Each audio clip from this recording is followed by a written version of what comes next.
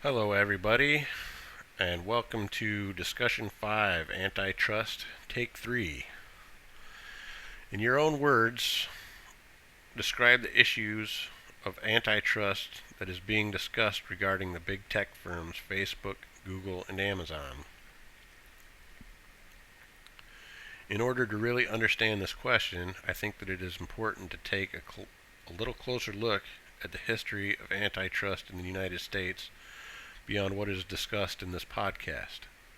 According to Maurice Stuck and Ariel Lizacci and their article in the Harvard Business Review, there have been 4 periods of antitrust in which it has ebbed and flowed.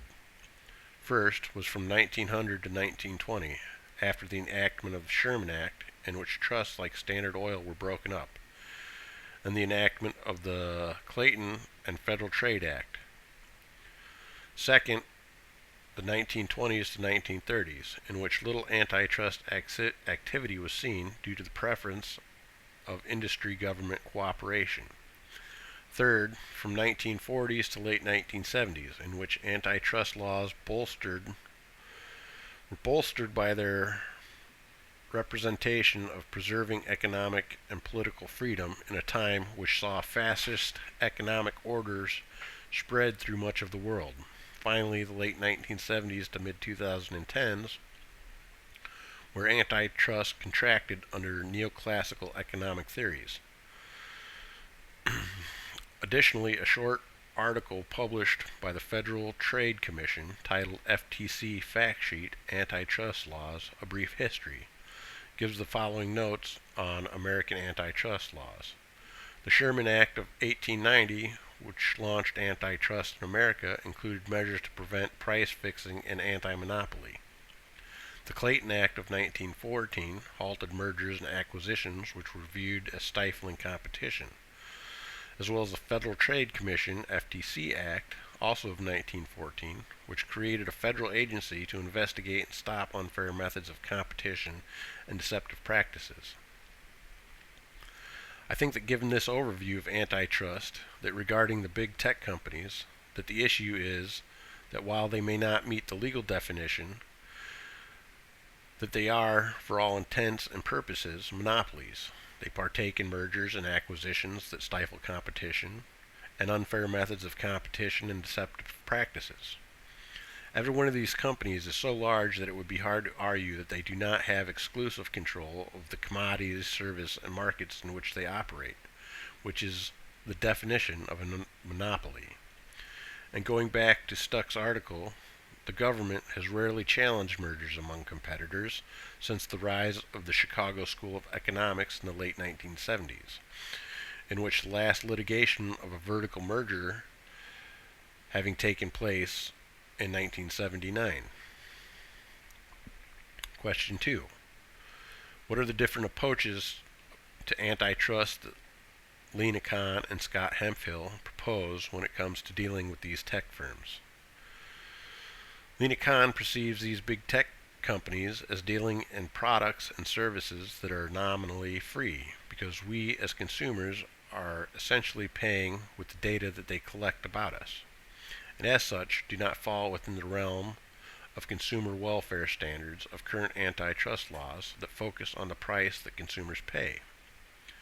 Scott Hemphill, on the other hand, thinks that the consumer welfare standard can still work. As he states, most people think of individuals when they think of consumers, and as such, it would be hard to pursue consumer welfare issues since we use these services for free. However, consumers can also include companies, which buy ads on platforms like Google and Facebook. Therefore, if these companies use their market power to jack up ad prices, they would be violating antitrust laws as they are currently written. Question 3. After listening to this episode, what are your concerns about these tech firms? In your opinion, explain what you think should be done about these concerns. Should the government pursue a more active role in regulating these firms? Why or why not? While I am not a legal expert by any means, I think the government should pursue a more active role in regulating these firms. I believe that these companies wield such immense power in the industries in which they operate that they very closely resemble the oil and railroad barons such as Cornelius Vanderbilt and John D. Rockefeller of the 1800s.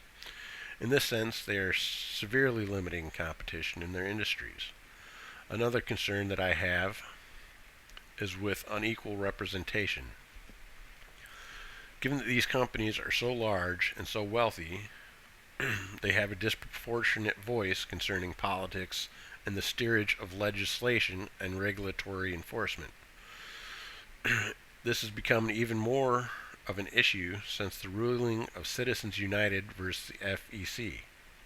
Companies such as Amazon now wield so much power that they can flout legislation such as the National Labor Relations Act, which guarantees the right of private sector employees to organize into trade unions.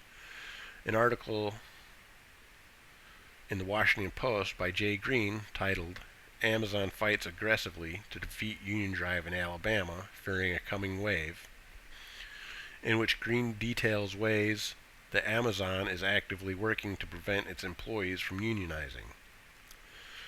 And in the words of Abraham Lincoln, our fathers brought forth on this continent a new nation, conceived in liberty, and dedicated to the proposition that all men are created equal.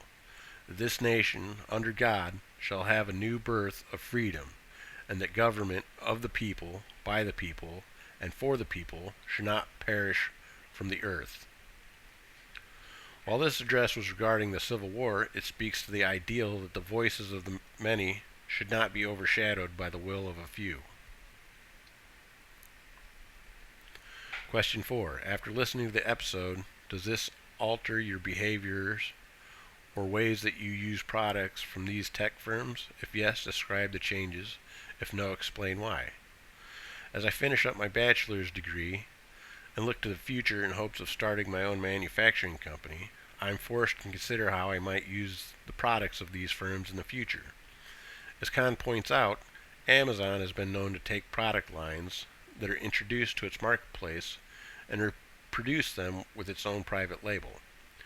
Amazon could then choose to bury a product such as my own while ensuring that its own remains at the top of the search, resulting in Amazon profiting more off of a product that I spent time, effort, and money to develop, while it did nothing to earn those profits.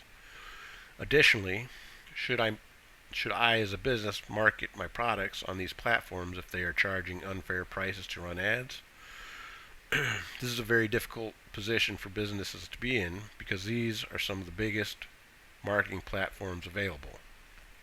Therefore, I definitely have to reconsider how I will use the products of these firms in the future. Thank you for watching, and I've enjoyed the discussions that we've all been able to have throughout this course.